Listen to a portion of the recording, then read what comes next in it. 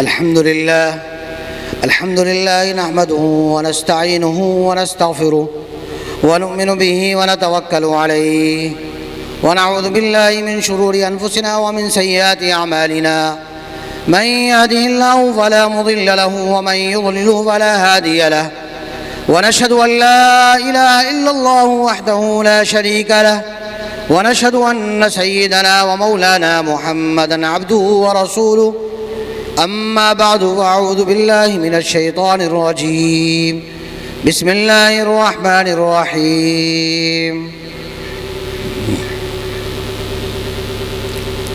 سنقرئك فلا تنسى صدق الله مولانا العظيم رب اشرح لي صدري ويسر لي أمري واحلل عقدة من لساني يفقهوا قولي اللهم صل على محمد وعلى آل محمد كما صليت على إبراهيم وعلى آل إبراهيم إنك حميد مجيد اللهم بارك على محمد وعلى آل محمد كما باركت على إبراهيم وعلى آل إبراهيم إنك حميد مجيد.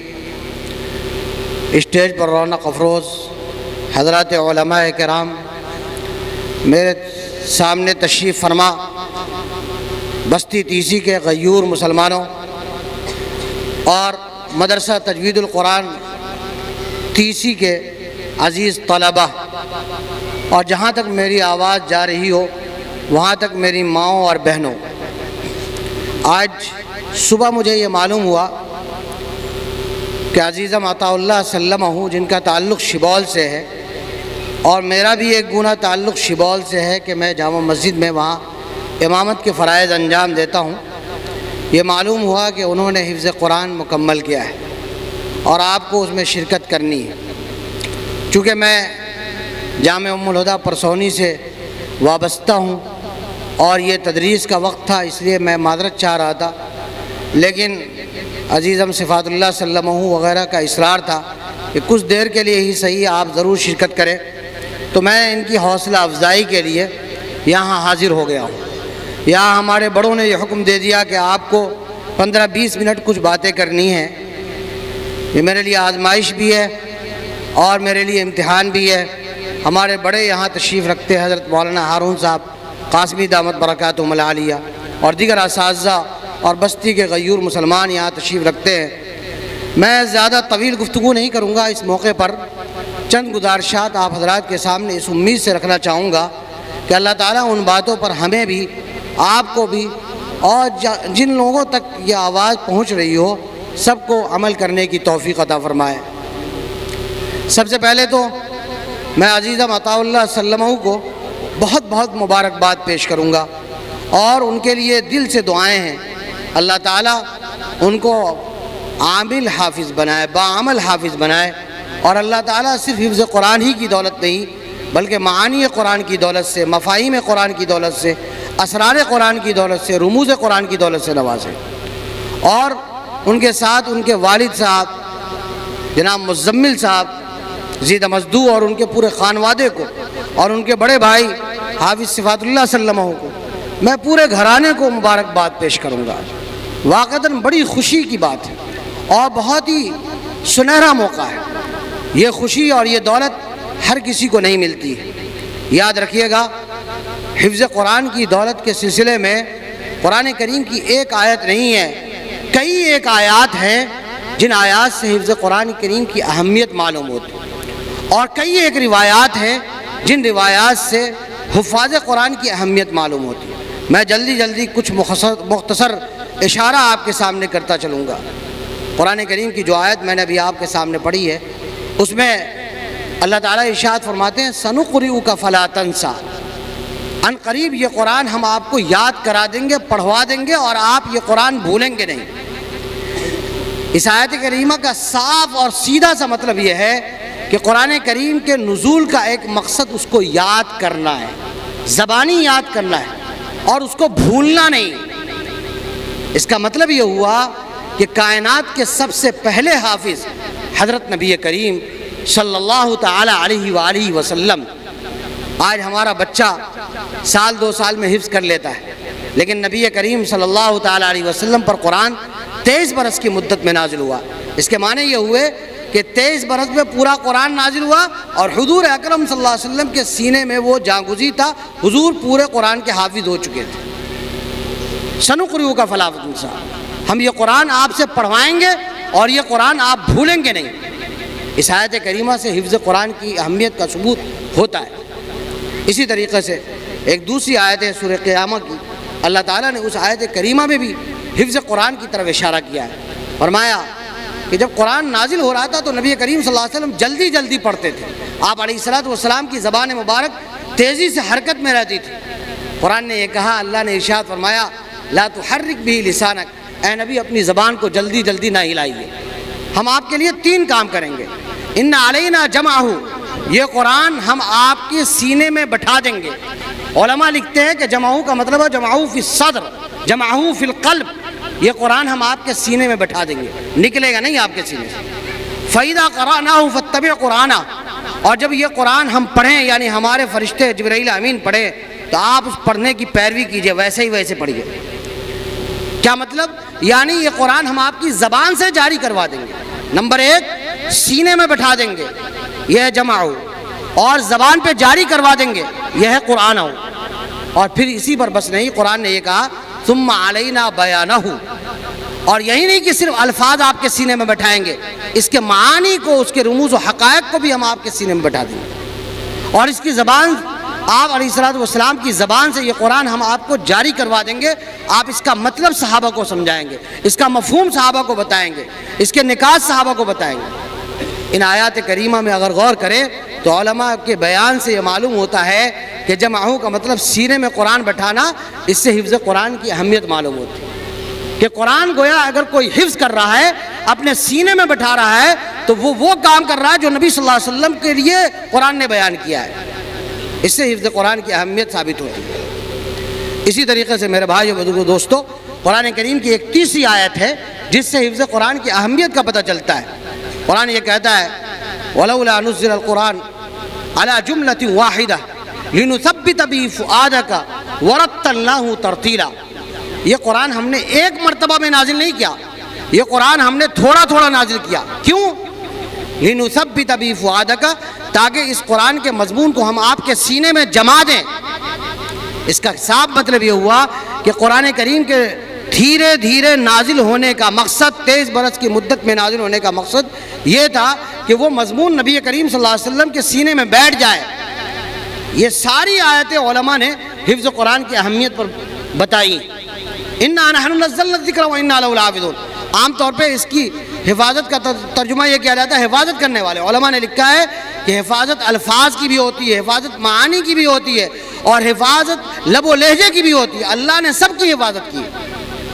الفاظ کی حفاظت حفاظ کے ذریعے، معانی کی حفاظت مفسرین کے ذریعے، اور لب و لہجے کی حفاظت قراء کے ذریعے، اللہ نے ساری حفاظت کی ہے۔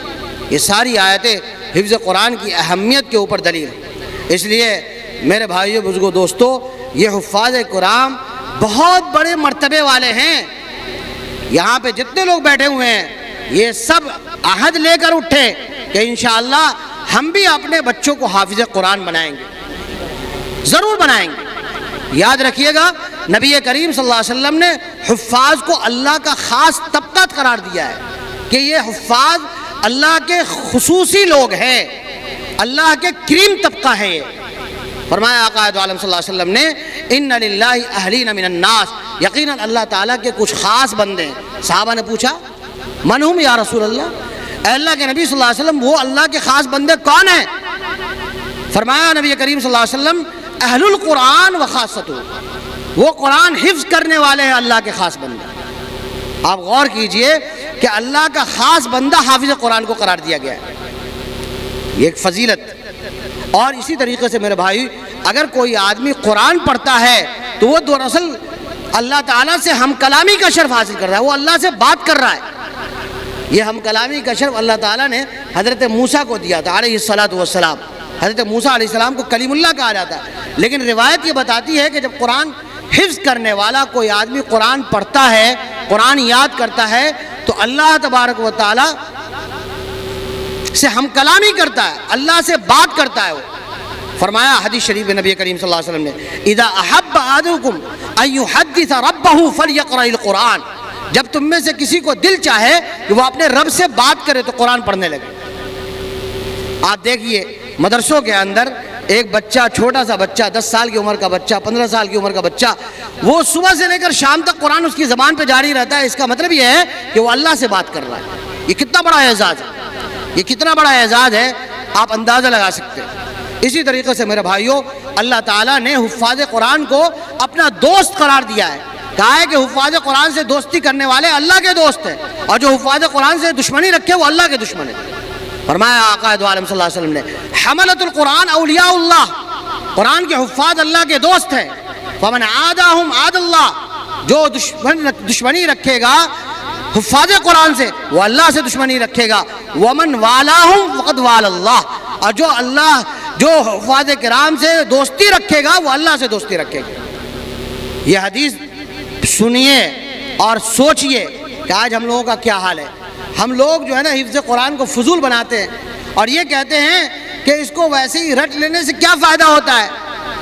میرے بھائی، قرآن ایک ایسی واحد کتاب ہے کہ جو بغیر سمجھے بھی پڑھا جائے اور بغیر سمجھے بھی رٹا جائے تو اس پر بھی ثواب ملتا ہے۔ دنیا کی کوئی اور ایسی کتاب نہیں ہے، یہ قرآن ہے واحد کتاب۔ تو اللہ تعالیٰ جس طبقے کو اپنا خاص طبقہ قرار دے، اور اللہ تعالیٰ جس طبقے کو اپنا دوست قرار دے، اور اللہ تعالیٰ جس طبقے کو یہ کہے کہ وہ قرآن پڑھے تو ہم سے گویا بات کر رہا ہے، آج اسی طبقے کو یعنی علماء طبقے کو عوام کیا کہہ رہی ہے؟ دور دور چھیچھی کر رہی ہے۔ سب علماء کے پیچھے پڑے ہوئے ہیں، جس کو دیکھو علماء کو نشانہ بنا رہا ہے، نہیں سمجھتا کہ ان کا مقام کیا ہے، اور ان کا مقام ہم نے اور آپ نے نہیں دیا ہے، ان حفاظ قرآن کا مقام اللہ تعالیٰ نے دیا ہے۔ قرآن کریم کی ایک آیت ہے، اللہ تعالیٰ ارشاد فرماتے ہیں وَلَقَدْ يَسَّرْنَا الْقُرْآنَ لِلذِّكْرِ فَهَلْ مِن مُدَّكِرٍ، ہم نے قرآن کریم کو ذکر کے لیے آسان کر دیا۔ یاد رکھیے گا، اس میں ہر آدمی کے لیے 3 نصیحتیں، اس آیت میں 3 نصیحتیں۔ للذکر کے علماء نے 3 معنی بیان کیے ہیں۔ ایک معنی ذکر کیا ہے وَلَقَدْ يَسَّرْنَا الْقُرْآنَ لِلذِّكْرِ أَيْ لِلتِّلَاوَةِ، ہم نے قرآن کریم کو تلاوت کے لیے آسان کر دیا ہے۔ کیا ہے کوئی تلاوت کرنے والا؟ آپ میں اتنے لوگ بیٹھے ہوئے ہیں، بہت دور تک میری آواز جا رہی ہوگی، سب لوگ اپنے گریبان میں جھانکے اور دیکھے کہ کیا قرآن کی تلاوت کرنے ہمیں آتا ہے؟ جیسے اللہ کے نبی صلی اللہ علیہ وسلم نے تلاوت کرنے کا طریقہ سکھایا ویسے آتا ہے؟ نہیں آتا ہے۔ کوئی مجہول پڑھ رہا ہے، کوئی قواعد کے خلاف پڑھ رہا ہے، کسی کو قرآن پڑھنا نہیں آتا ہے۔ اللہ کہہ رہے ہیں قرآن پڑھنا سیکھو، تلاوت کرنا سیکھو۔ نبی کریم صلی اللہ تعالیٰ علیہ وسلم کی حدیث ہے زین القرآن بأصواتکم، قرآن کو اپنی آواز سے سجا کر پڑھو۔ لیس منا من لم یتغلب بالقرآن، ہم میں سے وہ نہیں ہے جو قرآن کو خوبصورت آواز میں نہ پڑھے۔ نبی کریم صلی اللہ تعالیٰ علیہ وسلم نے فرمایا ہے کہ بہت سے قرآن پڑھنے والے ایسے ہیں کہ وہ قرآن پڑھتے ہیں تو قرآن ان پر لعنت کرتا ہے۔ رب قاری یقرأ القرآن والقرآن یلعنہ، بہت سے قاری قرآن پڑھتے ہیں، قرآن ان پر لعنت کرتا ہے۔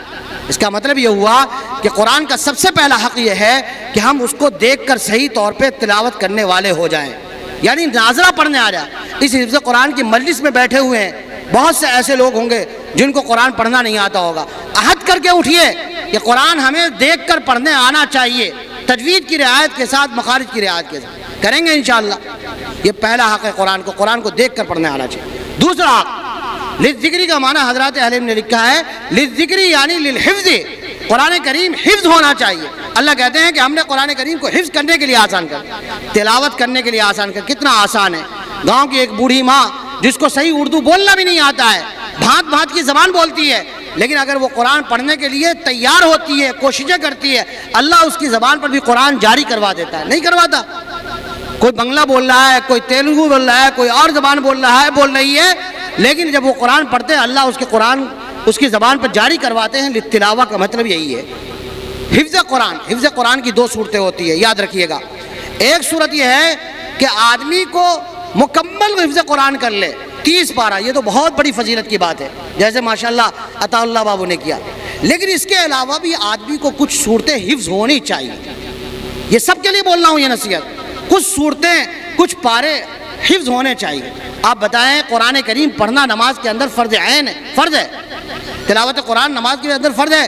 قرآن کی تلاوت نہیں کرے گا نماز ہی نہیں ہوگی اس کی۔ آدمی کو قرآن پڑھنے نہیں آ رہا ہے، کچھ صورتیں بھی زبان یاد نہیں، اٹھک بیٹھک کر رہا ہے، پوری زندگی اٹھک بیٹھک کر رہا ہے، یہ عجیب بات ہے۔ نبی کریم صلی اللہ علیہ وسلم نے ایک حدیث میں فرمایا الجوف الذی لیس فیہ شیء من القرآن فہو کالبیت الخراب، وہ سینہ جس سینے میں قرآن کا ایک حصہ نہ ہو وہ ویران گھر کی طرح ہے۔ اب ویران گھر کو کون لگ جاتا ہے؟ فارسی کا ایک مقولہ ہے، خانہ خالی رات دیو می گیرت، خالی گھر کو بھوت لگتا ہے۔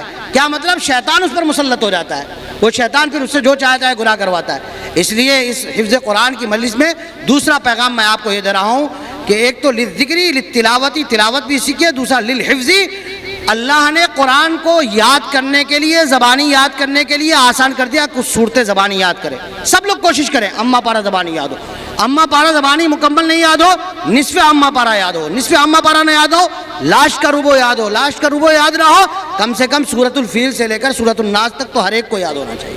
کریں گے انشاءاللہ، یہ دوسری نصیحت جو اس سے معلوم ہوا۔ اور تیسرا، للذکری کا معنی حضرات علم نے لکھا ہے للذکری یعنی للفہمی، قرآن کو ہم نے سمجھنے کے لیے آسان کر دیا ہے، تلاوت کے لیے آسان، بوڑھی بوڑھی عورتیں تلاوت کر رہی ہیں، یاد کرنے کے لیے آسان، زبانی یاد کرنے کے لیے، حفظ کے لیے آسان۔ 15 سال کا، 12 سال کا، 8 سال کا بچہ پورا قرآن حفظ کر رہا ہے۔ قرآن جیسی ضخیم کتاب بہشتی زبر بھی ہے، کوئی یاد کر کے تو دکھائے۔ قرآن جیسی موٹی کتاب اور بھی دنیا میں بہت سی ہے، کوئی یاد کر کے تو دکھائے۔ یہ قرآن کا اعجاز ہے کہ اللہ تعالیٰ ایک چھوٹی سی عمر کے بچے کو اس کے ذہن و دماغ کے اندر قرآن بٹھا دیتے ہیں۔ یہ قرآن کا اعجاز ہے۔ قرآن نے کہا للذکری اے للحفظ، اور اس کے بعد ہے للفہمی۔ یاد رکھیے، ہم مسلمانوں کا یہ طریقہ ہے کہ ہم مسلمان قرآن کریم کو بس ایک ایسی کتاب سمجھ لیے، تعویذ اور جھاڑ پھونک والی کتاب ہے۔ یا ابھی شعبان کا مہینہ آ رہا ہے، معاف کیجئے گا، شب برات میں بلا لیا مدرسے کے بچوں کو، اور اس کے بعد جناب والا قرآن خوانی کر لیا، مروجہ قرآن خوانی، جس میں کھانے پینے کا بھی انتظام ہے، پیسے لین دین کا بھی انتظام ہے، جس کو علماء نے ناجائز کہا ہے۔ قرآن کو بس انہی چند چیزوں کے لیے سمجھ لیا ہے کہ اس سے ایصال ثواب کریں گے، اس سے تعویذ گنڈے کریں گے، بیٹی بیاہ کر جائے گی تو اس کو نیا نیا چمچماتا ہوا قرآن دے دیں گے، نہ اس کو کبھی پڑھیں گے، نہ اس کو زبانی یاد کریں گے، نہ اس کا مطلب سمجھیں گے۔ یاد رکھیے گا، قرآن کو اللہ کہتے ہیں للذکری للفہمی، ہم نے اس کا مطلب سمجھنے کے لیے آسان کر دیا ہے۔ آج لوگ یہ سمجھتے ہیں کہ قرآن سمجھنے کا حقدار صرف علماء ہیں، صرف علماء سمجھیں گے۔ کیا اللہ نے صرف قرآن علماء کے لیے بھیجا ہے؟ ہرگز نہیں۔ یاد رکھیے گا، قرآن کریم میں کچھ آسان مضامین ہوتے ہیں، کچھ مشکل مضامین ہوتے ہیں۔ احکام کے مضامین مشکل ہیں، عقائد کے مضامین مشکل ہیں۔ حضرت شاہ ولی اللہ محدث دہلوی کہتے ہیں اس کو سبقن پڑھنا چاہیے۔ لیکن کچھ مضامین آسان ہوتے ہیں۔ علم التذکیر بھی اعلیٰ اللہ، قرآن میں اللہ کی نعمتوں کا تذکرہ ہے جی، کہ اللہ تبارک و تعالیٰ بارش برساتے ہیں، یہ اگاتے ہیں، وہ اگاتے ہیں، اس کو کہتے ہیں علم التذکیر بھی اعلیٰ اللہ۔ علم التذکیر بالموت وما بعدہ، مرنے کا تذکرہ ہے، جنت جہنم کا تذکرہ ہے۔ اسی طریقے سے علم التذکیر بھی ایام اللہ، قرآن میں گزشتہ واقعات کا تذکرہ ہے، قوم سمود کا، قوم عاد کا، قوم لوط کا۔ یہ 3 مضامین قرآن میں بہت آسان ہیں۔ یہ آسان مضامین ہر کوئی پڑھ سکتا ہے۔ حضرت مفتی تقی عثمانی صاحب کا ترجمہ ہے، مولانا خالد سیف اللہ رحمانی اپنے اکابرین کے ترجمے ہیں، اس کو پڑھا جائے، اس کو سمجھا جائے، یہ قرآن کا حق۔ تو اس لیے میرے بھائیوں، اس موقع پر میں یہ بھی پیغام دوں گا کہ آپ قرآن کی تلاوت بھی سیکھیں، آپ قرآن کریم کو زبانی بھی یاد کریں، اور قرآن کریم کے مفہوم کو بھی سمجھیں۔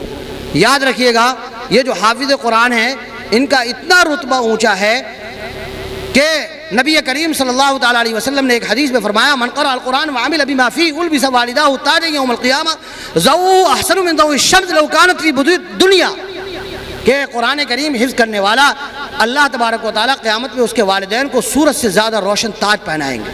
جب اس کا وہ حال ہوگا تو حافظ قرآن کا کیا حال ہوگا؟ ایک روایت کے اندر ہے کہ کہا جائے گا پڑھتا جا، جنت کے سیڑھیوں پر تر جا، اقرأ القرآن وارتقی فإن منزلك عند آخر آیت تقرأها، جہاں آخری آیت ہے وہی آخری آیت تیرا مقام ہے۔ میرے بھائیوں، یہ ساری روایتیں ساری آیتیں ہیں۔ میں حفاظ قرآن طلبہ بھی میرے موجود ہیں، یاد رکھیے گا میرے طلبہ، حضرت تھانوی علیہ الرحمہ کہتے تھے کہ حفظ قرآن جتنی بڑی دولت ہے نا، اتنا بڑا درد سر بھی ہے۔ درد سر کیا ہے؟ کہ حافظ قرآن بننا ضرور فضیلت کے باعث ہے، لیکن یہ ایک روک پالنا ہے۔ حضرت تھانوی کہتے تھے روک پالنا ہے، مطلب اس کو ہمیشہ زبانی یاد رکھیے آپ۔ آخری بات میں ذکر کر رہا ہوں، مجھے اشارہ مل رہا ہے وقت ختم کرنے کا، آخری بات میں کر رہا ہوں کہ آپ حضرات نے اگر حفظ کیا ہے تو اس کو ہمیشہ یاد رکھیں۔ ہم اور آپ کے نبی جناب نبی کریم صلی اللہ تعالیٰ علیہ وسلم کے پاس جبرائیل امین ہر سال رمضان میں آتے تھے اور دور سناتے تھے، ایک دور، اور جس سال انتقال ہوا 2 دور سنایا۔ اس کا مطلب یاد رکھیں، جو بچہ حافظ قرآن بن جائے اور حفظ کو چھوڑ دے، ذہن ہے پڑھنے کے باوجود چھوڑنے کی وجہ سے، غفلت کی وجہ سے بھول جائے، حدیث شریف کے اندر ہے کوڑھی بن کر اٹھے گا قیامت میں۔ من قرأ القرآن ونسیا لقی اللہ تبارک و تعالی یوم القیامہ وہو اجزم، اللہ سے قیامت کے دن ملاقات کرے گا کوڑی بن کر۔ تو یہ آسان بات نہیں ہے، اس لیے میں تو دعا کروں گا کہ اللہ تعالیٰ نے جو حافظ قرآن کی فضیلت ذکر کی ہے وہ باعمل حافظ کے لیے اللہ عزیزم کو باعمل حافظ بنائے، وہ ساری فضیلتیں ان کے لیے، ان کے خاندان کے لیے، ان کے ابا اماں کے لیے اللہ مقرر فرمائے، اور جب تک یہ دنیا میں رہیں حفظ قرآن کی دولت سے مالا مال رہیں، قرآن اللہ ان کے سینے میں بٹھا دے، اس کے اسرار و رموز کو بٹھا دے، قرآن میں جو معانی بتائے گئے ہیں اللہ ان معانی کو ان کی زندگی کے اندر، ہم سب کے زندگی کے اندر لا دے۔ اللہ تعالیٰ کہنے سننے سے زیادہ عمل کی توفیق عطا فرمائے۔